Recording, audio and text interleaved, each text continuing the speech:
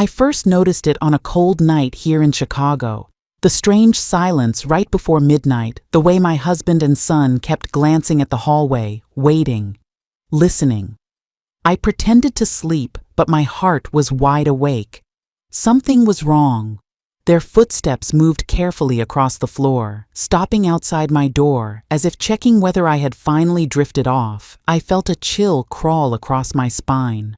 Why were they waiting for me to fall asleep every night? And what were they hiding that I wasn't supposed to see?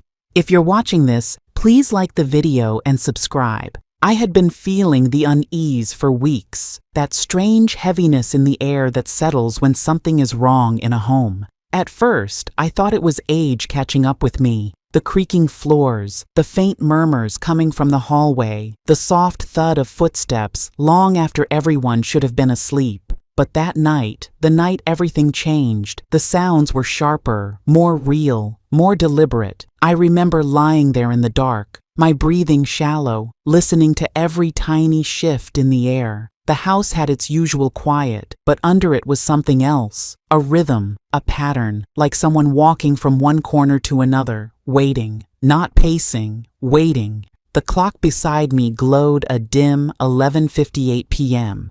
I stared at it, unable to close my eyes. My husband had said he was tired and went to bed early.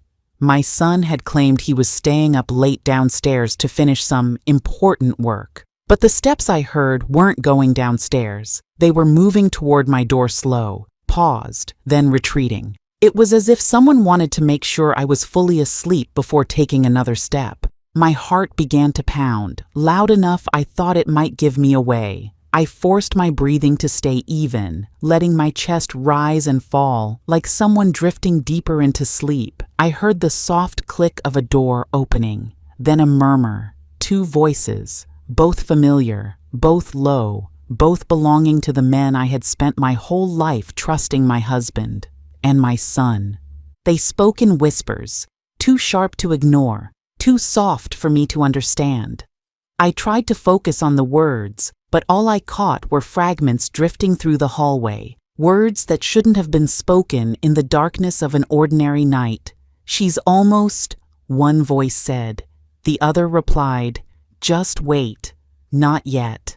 My blood ran cold. Not yet what? For years I had cared for this house, for these two people, giving everything I had as a wife and mother. And here they were, whispering like strangers, plotting something in the dead of night. I felt rage and fear collide inside me, but I couldn't move. I had to stay still. I had to keep pretending to sleep because something deep inside me, some instinct I hadn't felt in decades, told me that waking up would expose me to something I wasn't ready to face. The steps moved away from my door. I heard the soft creak of the staircase. They were going downstairs. For a moment, I believed the nightmare was over, that maybe I had imagined everything. But then I heard it, a faint scraping sound, metal against wood, a drawer being pulled open, a cupboard closing, something being lifted, something important, something secret. I pushed the blankets off my legs slowly, moving 1 inch at a time. The floor was cold when my feet touched it, grounding me. I stood there, barely breathing, listening. My room had always been my sanctuary, the one place in the house where I felt safe. But that night, even my own walls felt threatening. I felt like an outsider in my own home, a stranger in a place I had lived for over 40 years. I walked to the door and pressed my ear against it. Their voices grew clearer. They were in the kitchen. My husband sounded tense, my son nervous. Words drifted up. Money, papers, do it now. She can't know. My fingers curled into fists. Why would they whisper about money at midnight? Why would they say I couldn't know? What had they been waiting to do all these nights while I slept? A cold truth slowly formed in my mind, heavy and painful. They weren't waiting for the night to end. They were waiting for me to sleep. I felt my stomach twist. All those evenings when they urged me to rest early, all those nights they checked if my lights were off, all those whispers I dismissed as father-son bonding. It all made sense now. They had been planning something behind my back, something they didn't want me to witness, something tied to money. Or worse. I stepped back from the door, my hands shaking. My body felt foreign, weak and strong at the same time. Part of me wanted to confront them right then, to storm downstairs and demand answers. But the smarter part of me, the part that had survived heartbreak and raised a family through storms, knew better. That night wasn't the night to expose anything. It was the night to learn, to listen, to watch, to wait. Because whatever they were doing, whatever they were hiding, had been going on for far longer than I realized. And I knew, with a certainty that felt like ice in my veins, that if I didn't act carefully, the truth they were hiding might destroy everything I had left. So I sat on the edge of my bed, silent as a shadow, and I listened to the voices of the two people I trusted most, as they revealed they could no longer be trusted at all. I lay there in the dark, my breathing slow, pretending to be asleep as I had done so many nights before. The house was silent, except for the old clock ticking in the hallway, but I kept my eyes half open, watching the faint light under my bedroom door. I heard the floor creak again, the same way it had in the weeks before, the same careful step, the same quiet shuffle. My heart started to pound, but I kept still. Then I saw it, the soft shadow of someone standing outside my room, waiting. It wasn't the kind of waiting that comes from love or worry. It was the waiting of someone checking, watching, making sure I was truly asleep. My stomach tightened. I recognized the silhouette. It was my husband. Then a second shadow joined him, my son, both standing there together, whispering. I fought the urge to sit up and demand answers. Instead, I stayed quiet, my eyes barely open, taking in every movement. The way they leaned close to each other, the way they nodded at the same time, the way they both turned their heads toward my door, almost in sync. In that moment, I realized something painful. They had done this before, many times. They were used to it. They had practiced it, and they thought I was too old, too tired, too distracted to ever notice. My husband slowly pressed his ear against the door, listening to my breathing. I felt anger rise in my chest, sharp and cold, but I kept my breath steady, calm, shallow, just like a sleeping woman would. He whispered something to my son, too low for me to understand, but I saw the reaction. My son nodded, his jaw tight, the same way his fathers used to tighten whenever they shared a secret, a private world, a world I had never been a part of. They moved away slowly, and I heard them walking down the hallway. I waited a full minute before slipping out of the blankets. Even touching the floor felt dangerous, like the house itself was listening. I crept to the doorway and peeked through the shadows. They had gone toward the living room, whispering like two men plotting something in the dead of night. Men who should have been sleeping. Men who should have had nothing to hide. For years, I thought I knew my family. I thought I knew my husband, the man I married when we were young and hopeful. I thought I knew my son, the child I raised, fed, taught, loved.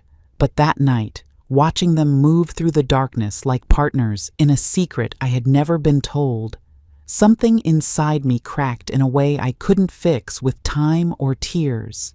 There was something colder behind their voices, something that didn't belong in a family home. I stepped back into bed as they returned, making sure I was asleep. I didn't flinch when the door cracked open again. My husband stared at me for a long moment, his eyes empty, calculating, not the look of a man checking on his wife. No warmth, no worry, just waiting, waiting for proof I was unconscious. My son stood behind him, arms crossed, breathing shallow, as though he wanted this moment to end quickly so they could continue whatever they were doing. When my husband finally whispered, "She's out," I felt a chill go down my spine that no blanket could warm. He smiled, a small, tight, cold smile, the kind of smile I had never seen before, the kind that hides truth, the kind that hides guilt, the kind that hides plans. They walked away again, believing I was clueless, believing I was weak, believing I was still the woman who trusted them blindly. But they were wrong. That night, I saw them clearly for the first time in years. And as I lay there, holding back tears, I promised myself one thing. I would find out what they were hiding, no matter how painful the truth would be, no matter how much it shattered the life I thought I had. Because once you see a cold smile in the dark, a smile meant for secrets, not love, you never forget it. For most of my life, I believed my home was steady, safe, and honest. I thought my family moved in one rhythm. I thought my husband and son cared for me the way I cared for them. For decades, we lived under the same roof, sharing meals, holidays, and routines that felt normal. I cooked dinner every evening, folded laundry the same way, and kept the house running. I trusted that whatever secrets life held, there were none hiding inside my own walls. But now, looking back, I realized the small shifts had been building for years, subtle enough to ignore at first, but obvious now. I had seen the signs, and I had pushed them aside because I wanted peace more than truth. It started slowly. My husband became quieter at night, slipping out of bed with the excuse that he couldn't sleep. I would hear his footsteps moving down the hall, soft but steady. When I asked, he always said he was getting water or checking something outside. I believed him then because that was easier than doubting the man I had built a life with. My son, too, began showing signs of distance. He used to tell me everything: school, work, dreams, troubles. But over time, he answered my questions with short replies or forced smiles. I thought it was normal for a boy to grow into a man and create space for himself. I didn't know that he and his father were creating a different kind of space, one that shut me out completely. There were nights when they exchanged glances at the dinner table, quiet, sharp looks that lasted a second but carried meaning.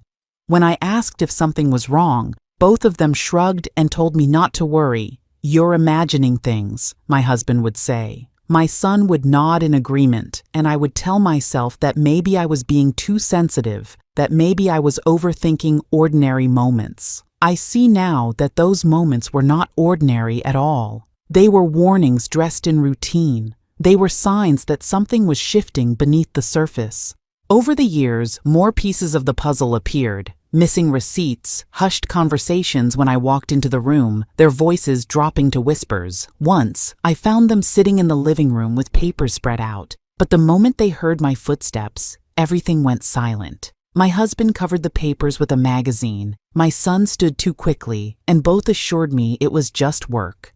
I believed them then because I wanted to. I trusted them more than I trusted my own instincts. I never imagined that the two people I loved most would keep secrets not just from the world, but from me. I remember one evening, months before everything fell apart. I was folding laundry when I heard my husband whisper my name, not in fear or love, but in irritation. My son whispered something back. Their tones were low but sharp, as if I had done something wrong without knowing it. I pushed open the door, and both of them stopped mid-sentence. The air felt thick, like guilt hanging in the room. My husband walked past me with a stiff smile. My son followed, avoiding my eyes. That night, I lay in bed staring at the ceiling, wondering when the warmth of my family had turned into distance. It was not just the tension that bothered me. It was the way they began treating the house like it had two worlds, theirs and mine. They stayed close to each other, shared tasks without including me, and even watched television late at night after telling me they were tired. I would wake up to empty cups in the living room, lights left on, and the faint smell of night air, as if someone had opened the back door. When I asked about it, they always brushed me off.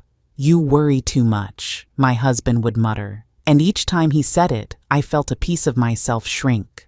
I didn't understand then what I understand now. They were preparing something, a plan, a secret that would one day turn my whole world upside down. I was still in the dark, still believing my family was simply going through stress or work pressure. I didn't know they were waiting for night, waiting for silence, waiting for me to fall asleep so they could move freely without my eyes on them. My husband and son, my own blood and life, were were building something behind my back, something big enough to shatter my trust forever. In the days leading up to that night, the signs had been sitting right in front of me, small and almost harmless on their own, but together they formed a pattern I could no longer ignore. I began noticing the little things first. Items that once stayed exactly where I placed them were suddenly shifted. My reading glasses moved from the coffee table to the kitchen counter. A small decorative bowl on the hallway table leaned slightly to the left instead of sitting straight.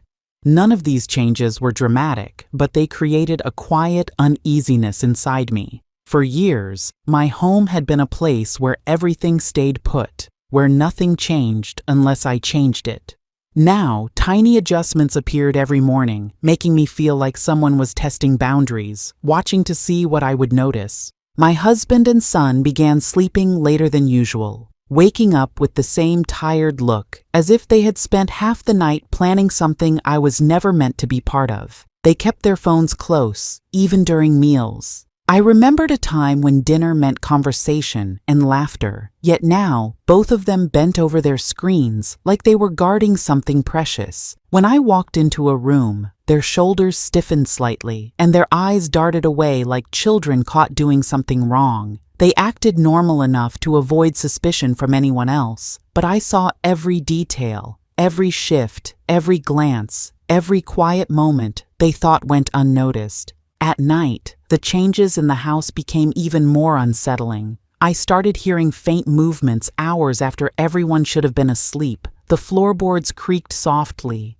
not in the usual way old wood settles, but in slow, deliberate steps. I lay in bed, holding my breath, waiting to hear another sound. Sometimes it was a whisper-like shuffle down the hallway. Other times, something brushed lightly against the wall. Every sound seemed intentional, as if someone was testing how deeply I slept. I began sleeping with one ear open, pretending to breathe evenly, hoping the darkness would reveal its secrets. My heart raced each night, a mix of fear and suspicion growing stronger. Then, small belongings of mine began disappearing and returning in strange places. A bracelet from my jewelry box reappeared inside the laundry basket. A kitchen towel I had folded neatly vanished and then showed up 2 days later in the garage.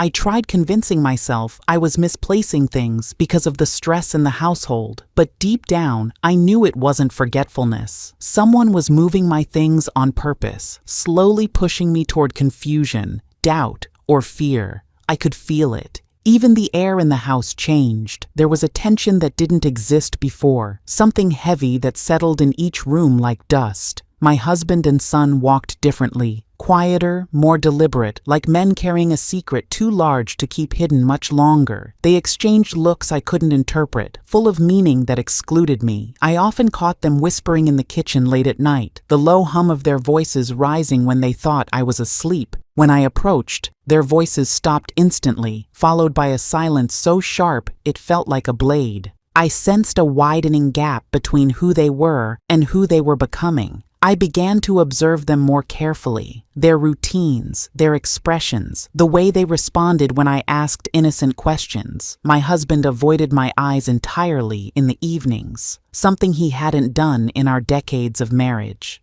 My son seemed torn, nervous, like he wanted to speak but didn't dare. That fear in his face rattled me more than all the missing items and noises combined. Something was happening between the two of them, something larger than the late-night whispers or the rearranged objects, something they were trying desperately to hide. The days felt long and unnerving. I found myself constantly glancing over my shoulder, checking windows, listening for sounds that didn't belong. I tidied the house slowly, paying attention to what moved and when it moved. Every small sign told me the same thing. I was being watched inside my own home. My comfort turned to suspicion, my routine turned to cautious observation, and my trust turned to something brittle and cold. It wasn't fear that kept me awake at night anymore. It was that growing sense that whatever my husband and son were doing, they needed me unaware, they needed me asleep, they needed me out of the way. And every night, as I lay completely still with my eyes closed, I began to realize something chilling. They weren't waiting to talk about me. They weren't waiting to plan around me. They were waiting for me to stop watching. That night, everything inside me felt heavy. I moved slowly, quietly, as if the air itself was warning me not to take another step. But the fear of the unknown was worse than any danger waiting in the hallway. I stood by my bedroom door, listening. The clock downstairs ticked in a slow, steady beat that felt almost mocking. And then I heard the sound again, a soft shuffle, the weight of feet moving carefully, trying not to wake me. It was the same pattern I had heard for weeks, but this time I didn't pretend to sleep. I opened the door with a small gap and peeked outside. The hallway was dim, but not empty. My husband and son moved like shadows, steady and comfortable, as if this late-night routine was something they had practiced together many times before. I watched them walk past my door without hesitation. They didn't even glance toward me, not even to check that I was asleep. That hurt far more than I expected. The idea that two people I had loved and raised could move around me with such cold confidence made me feel invisible in my own home. I followed them slowly, my breath short and controlled. The stairs creaked under their weight, each step giving me a small opening to close the distance. When I reached the top of the stairs, I crouched down, careful not to make a sound. From there, I could see both of them standing by the kitchen counter. The light from the small lamp above the sink cast long shadows over their faces. My husband looked older, harder, like someone who carried a heavy secret. My son looked nervous, his shoulders tense, his hands shaking slightly as he opened a drawer. I pressed myself against the wall, watching silently. My heart pounded so loud I was afraid they would hear it. Then I saw what they were reaching for. My husband pulled out a thick envelope, the same envelope I had seen earlier that week, but assumed contained old paperwork. He opened it, and I saw money. Not a few bills, stacks of money, carefully folded and sealed. My son opened another drawer, pulling out a photograph, and although I couldn't see the details from where I crouched, I recognized the frame instantly. It was the picture taken years ago, the one tied to memories I thought were precious to all of us. Seeing it in his hands now, under such secrecy, felt like the floor under me shifted. They placed everything on the counter, the envelope, the photograph, and a folded sheet of paper. My husband smoothed it out with slow, deliberate movements. I leaned forward to see better and caught a glimpse of handwriting. Familiar handwriting, my own son's handwriting. My head felt light. I wasn't prepared for this. Something inside me cracked. All the nights of whispers, all the secretive movements, all the late-night exchanges suddenly connected like pieces of a puzzle falling into place. This wasn't a harmless routine. It wasn't stress, or work, or family matters. It was something deeper, darker, and far more intentional. My husband leaned close to my son, pointing to sections of the paper. I could see the tension in their faces, the urgency in their movements. My son rubbed his face with his hands, clearly distressed, but he kept nodding. Then he looked toward the hallway, toward me. And for a brief moment, I felt my body freeze as if he could see me, but he looked away just as quickly, unaware of my presence. I remained hidden in the shadows, holding my breath. My husband placed his hand on my son's shoulder, not comforting, not gentle, but firm, controlling. Something in that gesture told me exactly what kind of hold he had over him. My stomach twisted. All these years, I believed we were a united family. I believed trust was strong. I believed my son looked up to me as much as he did to his father. But the scene in front of me told a different story. A story of manipulation, secrecy, and betrayal carried out in the quiet dark of night while I lay upstairs, blind to what was unfolding under my own roof. Then my son picked up the envelope and tucked it inside his jacket.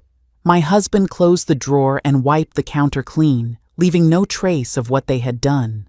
They moved quickly, as if they knew their time was limited. I stepped back before they reached the stairs, pressing myself against the wall, heart hammering with a mix of fear and disbelief. When they returned to their rooms, acting as if nothing had happened, I slipped silently back into mine. That night, I didn't sleep. I lay awake, staring at the ceiling, replaying everything I had seen, every movement, every gesture, every item on that counter. It wasn't just a mistake. It wasn't confusion. It was a secret plan carried out with intention. A plan that involved money, hidden papers, and a bond between father and son that had been kept deliberately in the shadows. And for the first time, I understood something chilling. They weren't waiting for me to sleep so they could relax. They were waiting for me to sleep because their entire plan needed my silence, my ignorance, and my absence. As the sun rose, I realized that whatever they were hiding wasn't small. It wasn't harmless. It was something that could break what was left of the family I thought I had built, something that would change everything. And that was the moment I decided I would uncover the truth, no matter the cost. When I finally looked closer at what they were holding, the truth came at me like a blow to the chest, slow at first, then sharp and devastating. My husband's hands were shaking as he lifted the letter, and my son leaned in, whispering with a seriousness I had not seen in him since he was a boy. My breath caught as I realized the envelope they guarded so carefully was not just money, not just documents, but something far worse. It was a life insurance policy, one that had my name written clearly at the top and my husband and son listed as the only beneficiaries. My heart pounded so hard I felt dizzy. They weren't planning a surprise or fixing something broken. They were planning around me, planning something without me, planning something that made every hair on my body stand up. The realization came slowly, painfully, like peeling off a bandage stuck to skin.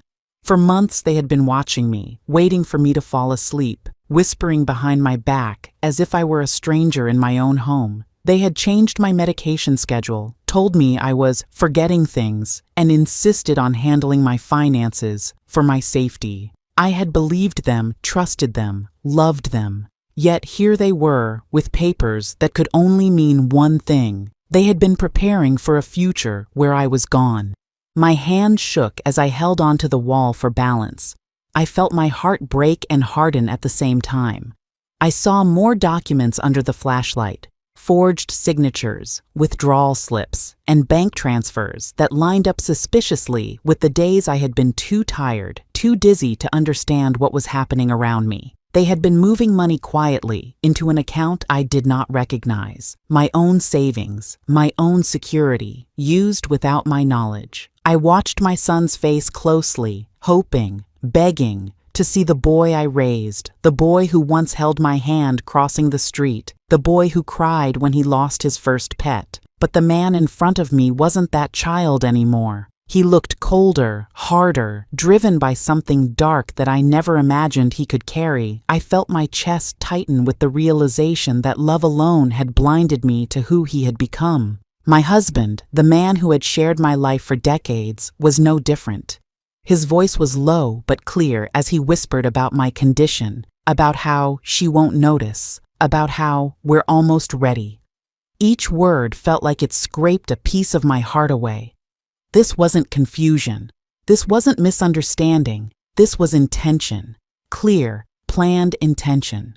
As they opened the small wooden box from under the bed, my stomach twisted. Inside were small bottles with labels scratched off. Pills I had unknowingly swallowed every night.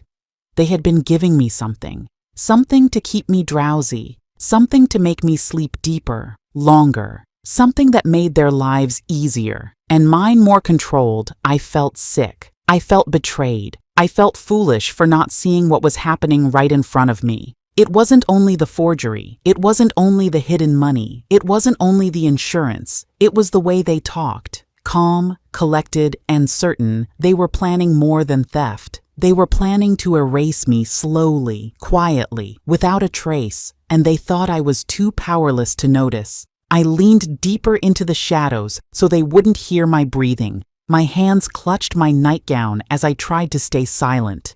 Every instinct in my body screamed at me to run, to yell, to confront them. But another voice, steadier, wiser, the voice of survival, told me to wait, to watch, to understand everything before making a single move. The truth I discovered that night still haunts me, not only because of what they were doing, but because they did it together. Father and son, my family, the people I had fed, protected, supported, and loved. They were connected in betrayal, bonded in deceit, united in a plan that depended on my silence and my sleep. And the hardest part was realizing they thought I would never know. They thought age made me weak. They thought grief made me blind. They believed I would sleep through the final steps of their plan, never knowing how close they came to taking everything from me, even my life. But they were wrong. I didn't sleep. I saw everything, and I felt something inside me shift, something quiet but powerful. I wasn't going to let them finish their plan. Not now. Not ever. I didn't sleep for even a minute after discovering what my husband and son had been hiding. I sat on the edge of the bed until morning, my hands trembling, my chest tight, my mind looping through every memory of them. Every smile, every hug, every time they told me they loved me. None of it felt real anymore. I kept seeing their shadows in the hallway, whispering like strangers plotting in a house that no longer felt like mine. By sunrise, I knew I needed someone I could trust, someone who would not tell me that I was overreacting, someone who would not protect them out of loyalty or guilt. I needed an ally who would help me expose everything they had tried to conceal. So the first person I called was my niece, Laura. She was the only one in our family who never sugarcoated anything. Sharp, steady, and fiercely loyal, she had always told me to speak up when something felt wrong. When she heard my voice shaking on the phone, she didn't ask me if I was imagining things. She didn't blame stress or age or grief. She simply said, "Auntie, I'm coming now," and hung up. Within an hour, she was standing in my kitchen, her face pale with worry, her jaw tight with anger. I didn't have to convince her of anything. She believed me instantly, the way someone believes a person who has never lied a day in their life. I showed her everything I'd found, the envelope of money, the letter, the photograph, the way my husband and son whispered at night thinking I was asleep. She listened quietly, then asked to see the hallway where I had watched them. She examined the door frame, the loose floorboard where they stood, even the marks on the wooden table where they had placed their papers. Nothing escaped her. The more she inspected, the more her expression hardened, not with fear, but with resolve. Then she said something that gave me strength I didn't know I still had. "Auntie, this wasn't an accident. They were planning this, and we're going to stop them." It was the first time in weeks I felt like someone was actually on my side. But Laura wasn't just here to comfort me. She was here to help me fight back. She called her friend, Eric, a family lawyer who had dealt with estate disputes and financial misconduct before. When he heard the details, the hidden money, the late-night meetings, the secret documents, he asked to come over immediately. Within 2 hours, he was sitting at my dining table with his briefcase open, taking notes, asking questions, drawing connections I hadn't even considered. He looked at the financial papers I had managed to photograph and went silent for a long moment. Then he said, "This is bigger than what you've seen. They're hiding more." His words didn't shock me anymore. I had already reached the point where nothing surprised me. Still, hearing a lawyer confirm that I wasn't imagining things made something inside me settle, like a truth finally taking shape. Together, the three of us began piecing everything together. Laura sorted every document meticulously, placing them in clear folders. Eric made a list of accounts we needed to check, property deeds that needed verification, and legal boundaries they might have tried to cross. I sat there watching them work, feeling both numb and oddly empowered. I wasn't alone anymore. I wasn't helpless. I wasn't the woman lying in bed while two people I loved plotted in my hallway. Eric explained how the law could protect me, how financial deceit could be proven, how secret transfers or hidden accounts could be traced. He made calls, requested records, and wrote down everything in his neat handwriting. The more he talked, the clearer the path ahead became. For the first time since that terrible night, I felt my breath come easier. We worked for hours, and by late afternoon, we had a full plan. A strategy not built on anger or impulse, but on evidence, caution, and control. Laura held my hand and said gently, "Auntie, You're stronger than you think. They counted on you being quiet. They counted on you trusting them blindly. They never expected you to fight back. She was right. My husband and son had waited every night for me to fall asleep because they thought I was weak, unaware, fading.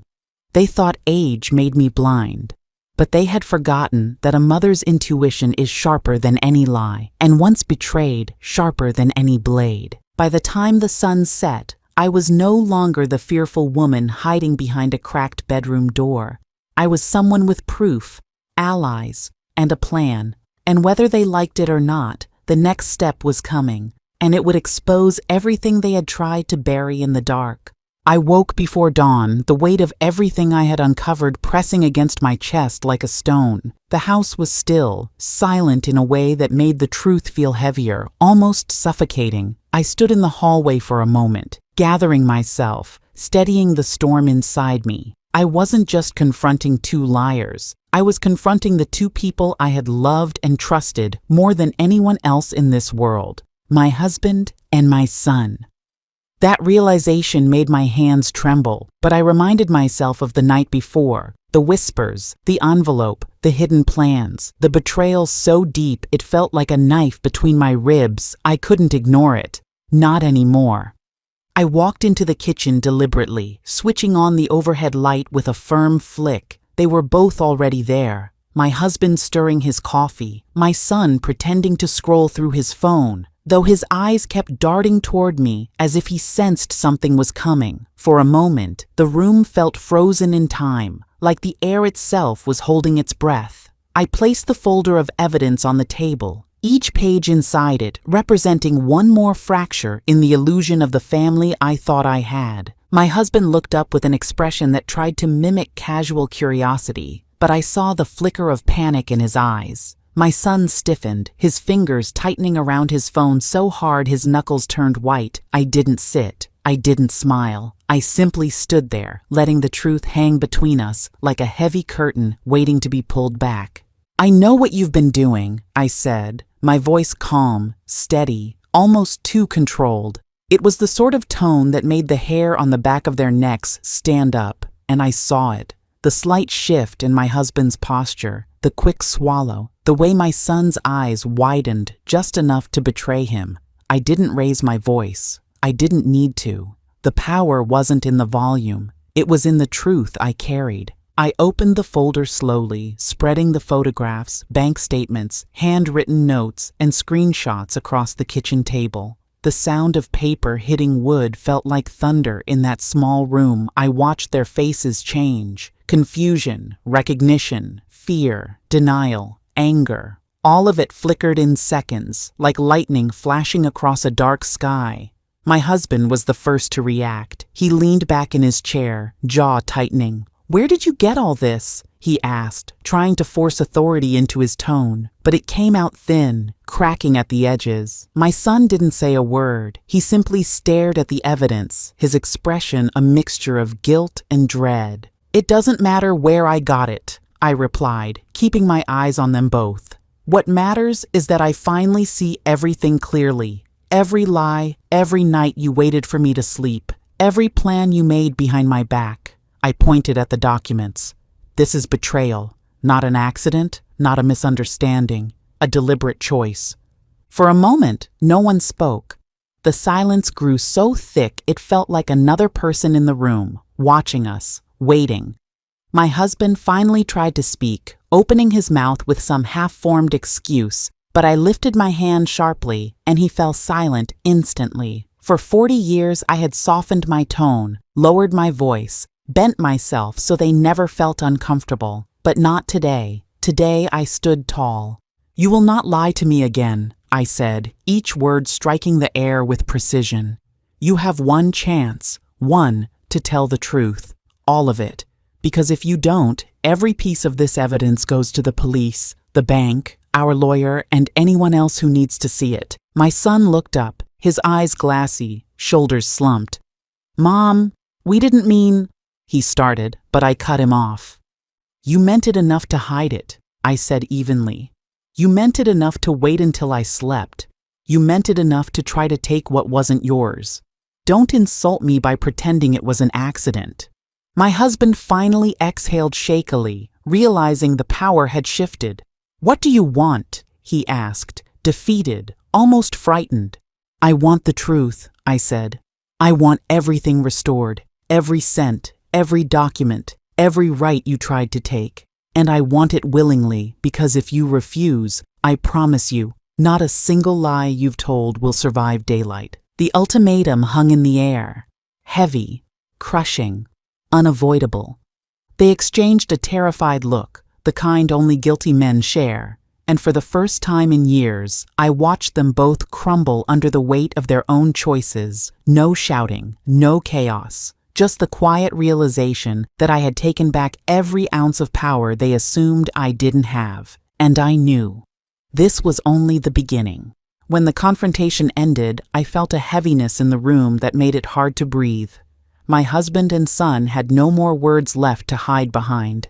They sat there at the kitchen table with their heads lowered, and for the first time in years, they looked small. I placed the folder of evidence in front of them again, not to taunt them, but to remind them that this moment wasn't built from anger or impulse. It was built from truth cold, undeniable truth that they could no longer twist. I knew that giving them a choice had been the right step, though it hurt in ways no one could fully understand. But choices come with consequences, and now it was time for them to face what they had done. I contacted my lawyer immediately after confronting them. I explained the entire situation, how I had discovered their plan, how they had been hiding money, documents, and decisions behind my back, and how their actions threatened the safety of our family and the foundation of my trust. She listened quietly, letting me speak until I ran out of breath. Then she said calmly that everything needed to be documented formally. Every bank statement, every message, every photograph, every late-night movement I had witnessed, nothing could be left to memory alone. She advised me to secure my accounts immediately, freeze joint assets, and change every password they had ever had access to. I followed her advice without hesitation. It was painful, more painful than I want to admit, to sign papers that removed my husband and son from anything tied to my security. But pain is not always the sign of something wrong. Sometimes pain is the body's way of protecting itself. When each form was filed, each account secured, and each lock changed, I felt a strange mix of sadness and relief. Sadness because no mother or wife expects to take these steps. Relief because for the first time in months, I felt safe again, truly safe. My lawyer then walked me through what would happen next. There would be financial reviews, legal inquiries, and mandatory cooperation from my husband and son. They would have to explain themselves, to professionals, not to me. Their explanations were no longer my burden to carry.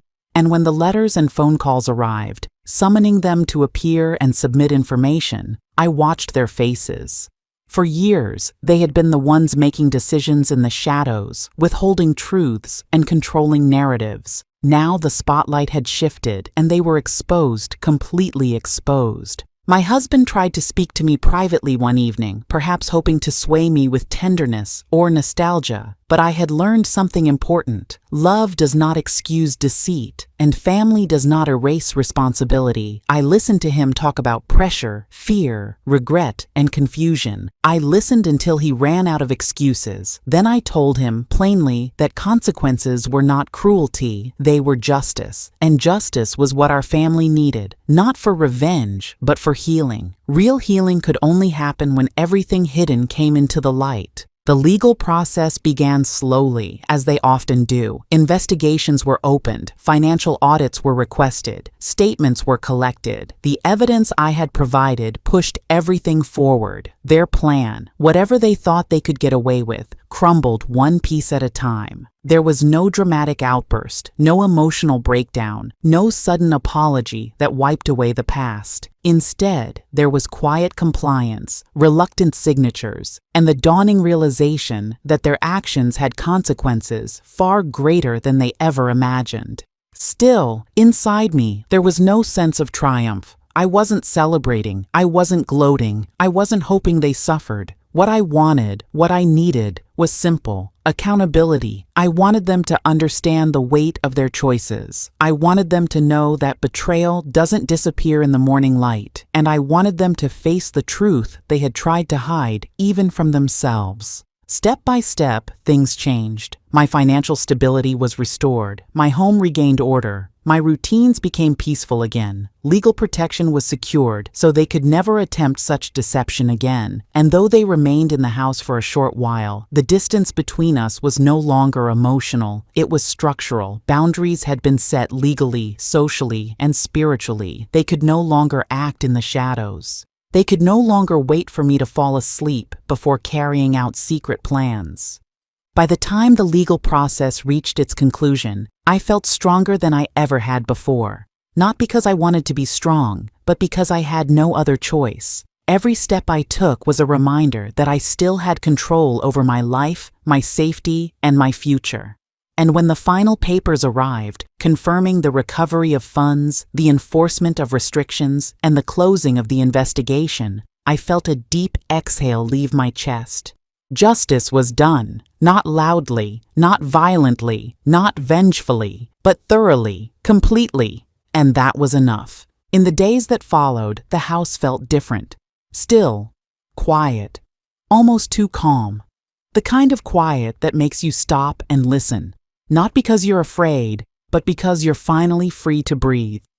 I walked room to room, touching the furniture, straightening frames, picking up small things they had moved or disturbed without me ever noticing. For years, I had lived surrounded by their secrets, thinking the strange noises and late-night shadows were tricks of age or imagination. Now I knew better. Their betrayal wasn't sudden. It had been slowly poisoning the house while I slept. And this time, I wasn't going to let the silence hide anything ever again. I spent long hours at the kitchen table, sorting documents, reviewing the accounts, talking with the lawyer, who had become more like a guardian than just a legal advisor. She helped me rebuild everything piece by piece. The finances my husband tried to shift behind my back, the property papers he thought I'd never understand, the letters my son had hidden in drawers thinking I would never see them. Every truth we uncovered hurt, but each one also made me stronger. I realized I had spent years trusting people who counted on me being quiet, soft, and blind. They didn't expect I would be the one to expose them. The nights were the hardest. I'd lie in bed, staring at the ceiling, remembering how they used to wait for me to fall asleep, how their footsteps would start once the house went dark. At first, those memories brought a sting of shame, wondering how I could have missed so much for so long. But as the nights passed, I felt something shift inside me. I wasn't the woman they had tried to deceive. I wasn't fragile. I wasn't clueless. I was awake now, fully awake, and that awareness became a kind of armor. My niece visited often, helping me clean out the attic and the storage rooms. We found things they had hidden, keys, envelopes, even belongings of mine they planned to misplace permanently. Each item was another reminder of how much they underestimated me. My niece would say, "You're stronger than all of them combined," and for the first time in years, I believed it. Strength isn't loud. Sometimes it's the quiet, steady decision to keep going, to keep uncovering the truth inch by inch. Slowly, I reclaimed every space in the house. The hallway where they whispered became a place of light again. The living room where I once pretended not to notice their strange behavior became a space where I read, rested, and let myself heal. Even the staircase felt different. No more pausing midway, listening for sounds in the dark. The house, once haunted by secrets from the people I loved, began to feel like mine again. My husband and son faced consequences they never saw coming. Legal, financial, personal. Every layer of their scheme was peeled back and exposed. I didn't take joy in their downfall, but I felt a deep, steady sense of justice. They had counted on me being quiet forever. Instead, I learned to speak in the ways that mattered most. With evidence, with action, with courage. Some mornings, I still wake before dawn, expecting to hear footsteps or whispers, but there is nothing. Just the soft hum of the refrigerator, the distant sound of a car on the road, the early birds outside the window. Peace has a sound, and I never truly understood it until now. My home, my life, is finally filled with it again. I sit by the window most evenings, watching the sky change colors. I think about the woman I used to be, trusting, gentle, hopeful. I lost pieces of her along the way, but I also gained something new, a clarity I never had before. I learned that betrayal doesn't destroy you unless you let it, and I refuse to let it. Sometimes I whisper into the quiet house, more for myself than anyone else. I saw everything, and I survived all of it. Because that's the truth. I faced what haunted me, uncovered what they hid, and took back every part of the life they tried to control. What still haunts me isn't the betrayal itself. It's the realization of how close I came to never knowing. But I did know. I found the truth. And now, the only thing that fills this house is the strength I earned the hard way. The kind of strength no one can ever take from me again.